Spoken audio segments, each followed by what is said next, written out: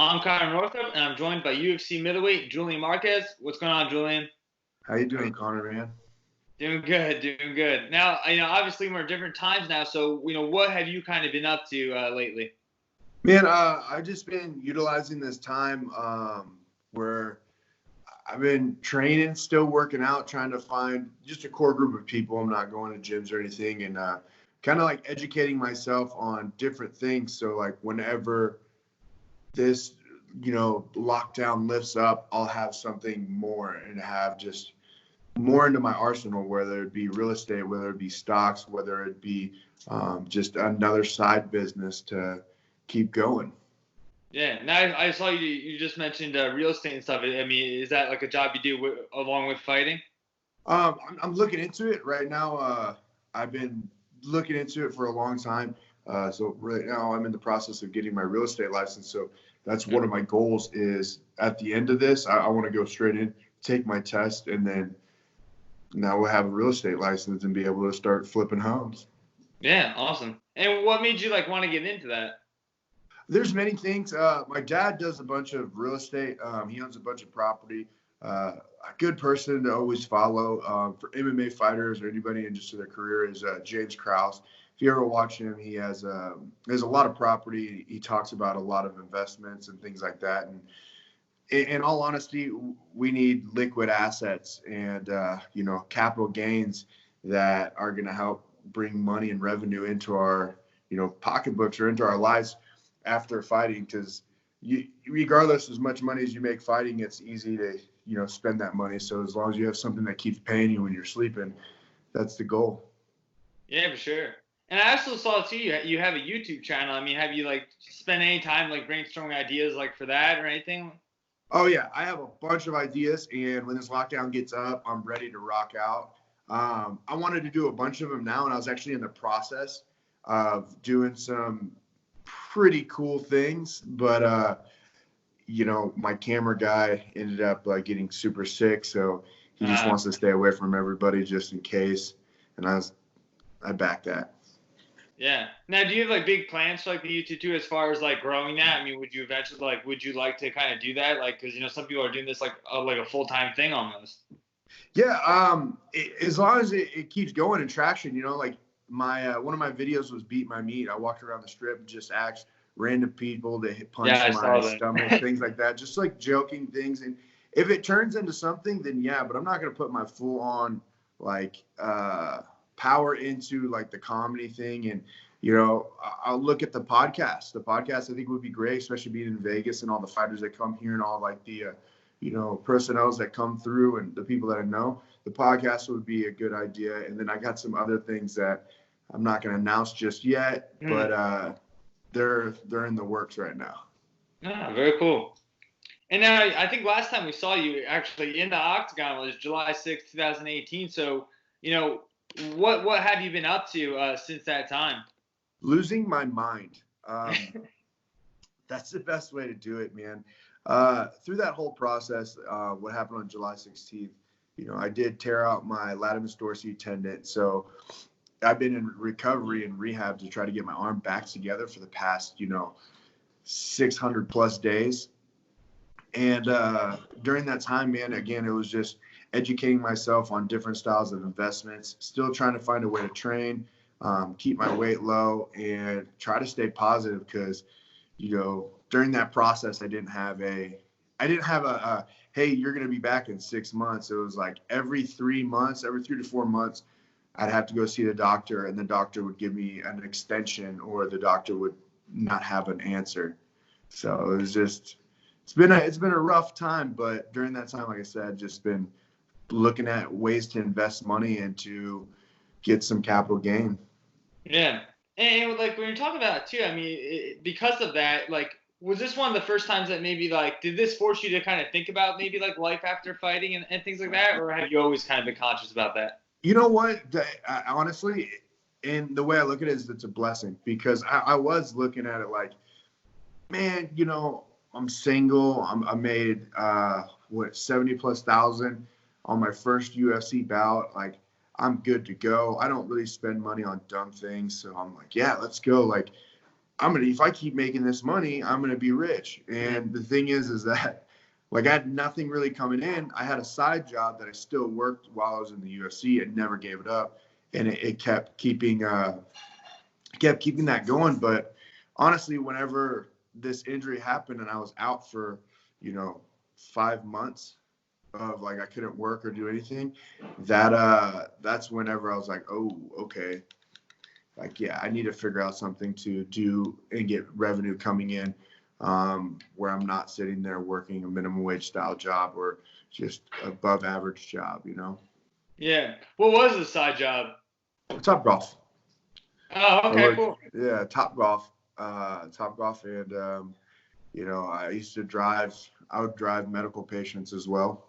Okay. Like whenever a patient needed to be picked up that was on Medicare, my job was to go pick them up and deliver them to the doctors and make sure they got back home. So I was a certified little Uber for medical people. Yeah. Switch little side gigs. Yeah, cool.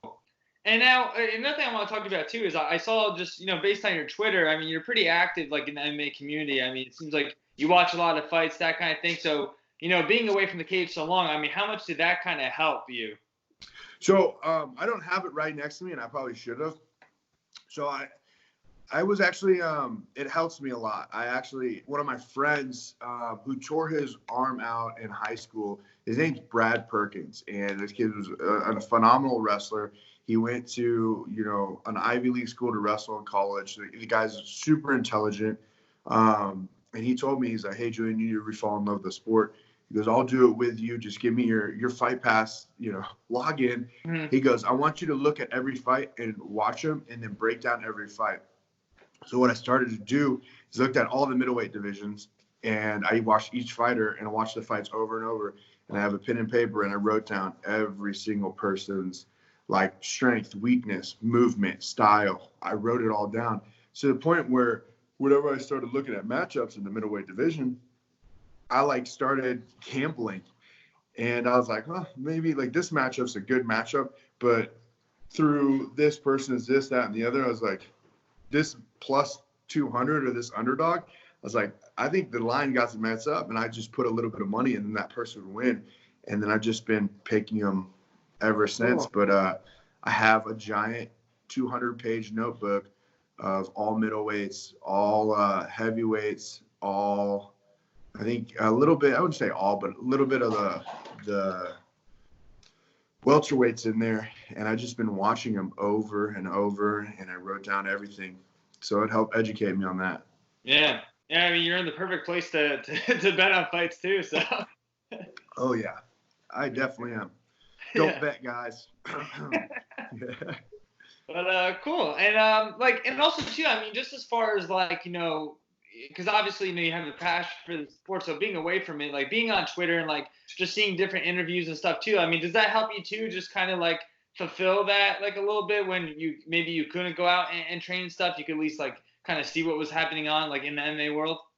Actually, no, not at all. Watching the interviews, like again, watching all the interviews, watching when Dana speaks, watching when Sean Selby speaks, watching when all these like high-end fighters that would talk, like Conor in his press conference, Kamaru Usman in his press conference, even Henry Cejudo. We'll throw out all these names. Israel Adesanya, who's actually, I really love how he speaks in his press conferences. But when watching that just made me realize some more things and just how the media like reacted to that, and how it just made me want to get back in there even more watching it, because it's like, okay, I kind of figured something out when it came to the way people talk and how they spoke. And I started finding rhythms. I started seeing things and how the media reacted to certain things that were said. And it just made me want to continue to go in and I just wanted to fight, man. It was hard to be back. It was hard to sit out there. You just watch everything go while you're stuck in the same spot. Yeah. And obviously there's a lot of things up in the air now with, the pandemic and everything. But for you, like, when would you realistically like to come back? Man, so I was asking to do International Fight Week. That's going to be July 11th. But, we don't know what's going on. That would have been my 2-year mark. 2-year and, 5-day mark. but honestly, we got to see what's going on. I'm actually real interested. I heard someone say that they might be in Kansas City in August, and as you can see, that's where I'm from. Yeah. Yeah. So either one, July, August. I tried to jump on the London card in just like literally a day's notice. The moment I saw like the message out, I was like, "Yo, I'm ready to jump on the London card if you have it at a random spot. I don't care what weight, 85 and up." And I was just ready. Yeah. And now for you too, I mean, you were on a 5-fight, win streak going into your last fight. Obviously it didn't go your way, but how much momentum did that take? How much momentum did it take away from that streak you had? It did. Like in my eyes, I didn't lose that fight. It was my fault because I left it to the judges. And also I tore my arm out. Like I'm not mad at that fight. That fight didn't do anything to me. It didn't. Like, if you watch it, everything, it didn't harm me. It didn't do anything. It just took me out for 2 years, and that's what killed my momentum. It wasn't that I lost, in the judge's eyes. It was because I haven't fought in front of anybody for the past year and a half, and I haven't really been pushed towards anywhere. So once you're out of the camera, people forget about you. Same thing in like if you look at actors or musicians, if you're not in front of the camera, if you're not talking, if you're not on these, mainstream media places, then you're forgotten. And in our sport, it's very, very easy to be forgotten because we fight every other week, and there's some highlight reel or whatnot the next following week. So it's just a little bit, it's different. Yeah, for sure. Especially after the beginning you had too. I mean, you can't really write that up much better. You had that, highlight head kick, and then, another war that, finished with you submitting the guy. So yeah, I have the greatest story that's being written right now, in all honesty. Like, come in, have one of the greatest knockouts in the Contender Series, have one of the best first round fights in his first UFC debut, and then tears his arm out and finishes an entire fight, but has to get a surgery that's one of one. And no one's ever seen it before in the UFC. The doctors that have seen it have never seen it as severe. And then I got a comeback. So the story's still being written, and I'm still telling it. So it's pretty awesome, actually. Yeah. And I was actually watching an interview, I think it was like the day after your last fight too, and you kind of talked about, weight cutting and how you kind of had a plan to do differently after going, 4 pounds over. Have you spent any time kind of looking into diets, different ways to, fix that? Hell yeah. Yeah, dude. I know what went wrong on that day, and there's just a bunch of things that happened. And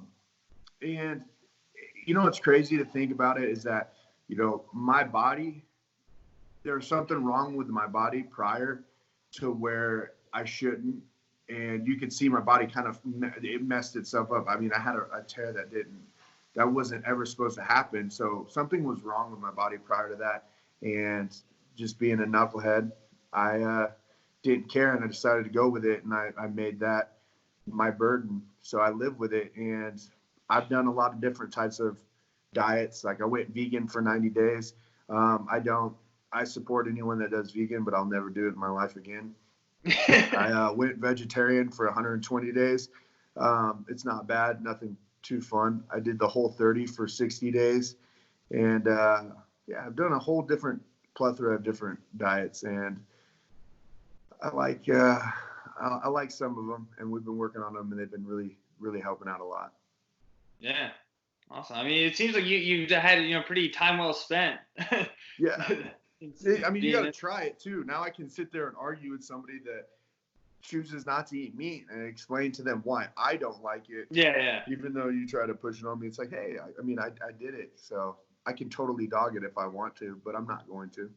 Yeah. And then before I let you go too, let's I noticed as soon as we started talking that you had the Kansas City shirt on too. So I mean, what was that football season like for you? Dude, it was insane.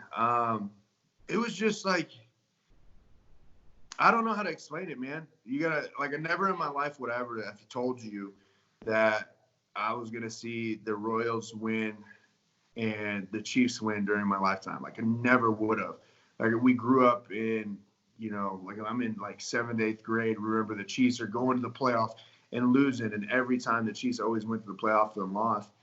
And then they just had this phenomenal year this year. And then all of a sudden, like that first playoff game, we're all like, our hearts dropped because we were down by 17 points. And we're just like, still trying to tell everybody, yeah, don't worry, we'll come back. Then we do. And then the second one is just like that. And then by that time, after they came back the second time, I think we realized that, dude, Kansas City just got put on the map. And people aren't going to be like, oh, Kansas City, Kansas. They're going to be like, oh, it's Kansas City, Missouri. Put a little bit more respect on it. Because that first game, was it the Texans they were playing? They played, they played the Texans. The first, and they were down by 17. Yeah. And then who did they play next? I'm trying to think. I don't even remember. I'm just got lost on that one. For sure. All right. I mean, anything that maybe I didn't talk about that maybe you thought we'd, I'd mention before I let you go? No, not really. If just anybody wants to follow me on my TikTok page and my Instagram page and Twitter, it's just J Marquez MMA. TikTok's J Marquez MMA 185. Other than that, man, I appreciate you taking the time with me. Yeah, no, thanks for joining me. I appreciate it. All right, man. Take care and best of luck. Yep. All right, have a good one. Later.